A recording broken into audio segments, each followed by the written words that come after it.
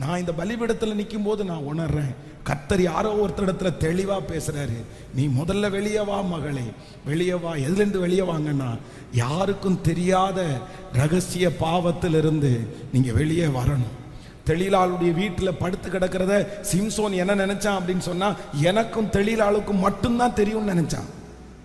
எனக்கும் தெளிலாளுக்கு மட்டும்தான் தெரியும் நினைச்சான். 2 நாள் அவனுக்கும் அவளுக்கு மட்டும்தான் தெரியும்.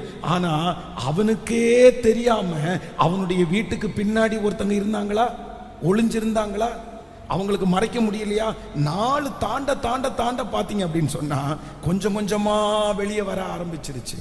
அதுக்கப்புறம் கண்ட்ரோல் பண்ணவே முடியாத அளவுக்கு வெளியே வர ஆரம்பிச்சிருச்சு. கர்த்தருடைய பிள்ளையே, ஆண்டவர் உங்களை என்னமோ கிருபையா தப்பு வைக்கிறார்.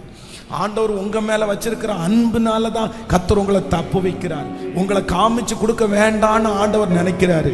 உங்களை விட்டு கொடுக்க வேண்டான்னு ஆண்டவர் நினைக்கிறாரு. உங்களை விட்டு கொடுத்தா உங்களுக்கு மட்டும் இல்லை, அவருடைய நாமத்திற்கும் தூசணம் வருன்றதற்காக தான் ஆண்டவர் உங்களை அழகா பொதிஞ்சு பொதிஞ்சு பொதிஞ்சு காப்பாத்துறாரு.